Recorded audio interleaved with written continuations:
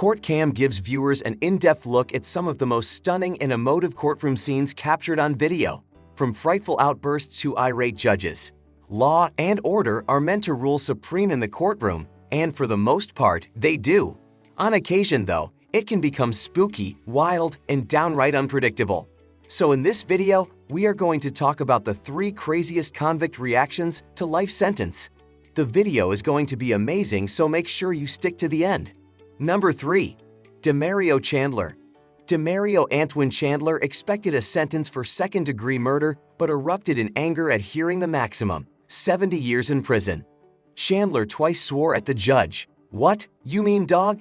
he told unruffled Kent County Circuit Judge Donald Johnston. Chandler, shackled, scuffled with sheriff's deputies who hustled him out of the courtroom.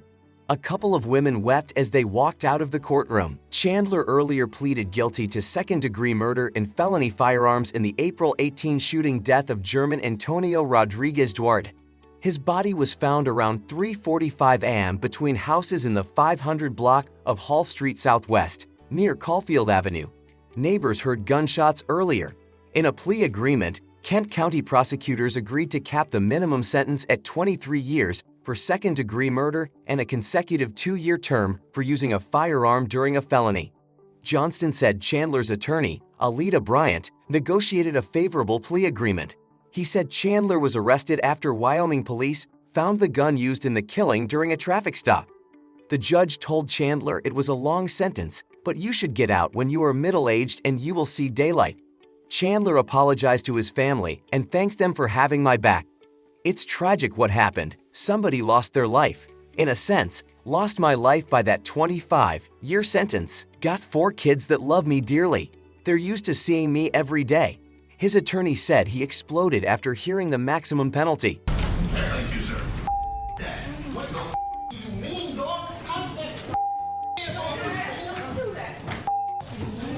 Number 2. Akiva McRae. A Waterford Township man accused of killing his Pontiac girlfriend Tuesday night by shooting her multiple times was arraigned in Pontiac District Court.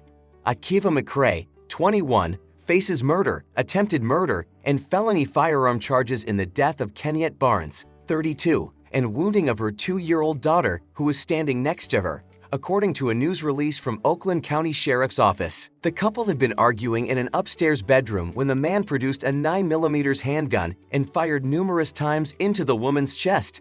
She fell into the closet, and 1 bullet hit the girl in the leg, according to the sheriff's office. Deputies were called to the scene at Barnes' house on the 200 block of South Shirley at 9:54 p.m. Tuesday, and they found the girl in the closet with the woman. Downstairs in the living room was the victim's son, daughter, and brother, all of whom were uninjured. Shots had been fired into the air by the suspect at that location, but no one was injured, according to a written statement from the sheriff's office. Before we move on, support us by hitting subscribe and the bell icon to get notified when we post new videos. Now, let's get back to our topic.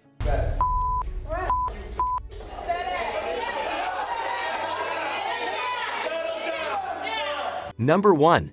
Lucas Kendall. Kendall Deshaun Lucas was positively identified by police as the person who robbed CJ's Quick Stop once and JJ's Food Store twice in one day on October 14 and October 22 respectively.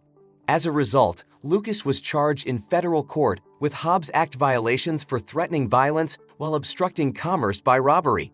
Jacksonville Police Chief Reese Daniel said Lucas' identification and capture was the result of a Safe Streets Task Force investigation focusing on armed robberies, drug and weapon sales, and other violent crimes in Jacksonville. According to reports, Lucas was well known to local police officers and had a previous criminal history. He was sentenced Tuesday to 240 months, or 20 years in federal confinement with an additional 3 years of supervised release once he completes his sentence, records show. Chief Daniel discussed the conviction Thursday because federal prosecutors did not have the resources due to the ongoing government shutdown. But the chief said local officials are well pleased with the sentence and with the results of the cooperation with federal officials. Several more suspects are awaiting sentencing for crimes committed in Jacksonville in the past 2 years, and officials fully expect to see more arrests of career criminals in the near future. Chief Daniel said, "So that's it. Please like, share, and comment your thoughts below if you liked this video. Remember to subscribe to see our next video. Stay safe, and we will be back soon with another video.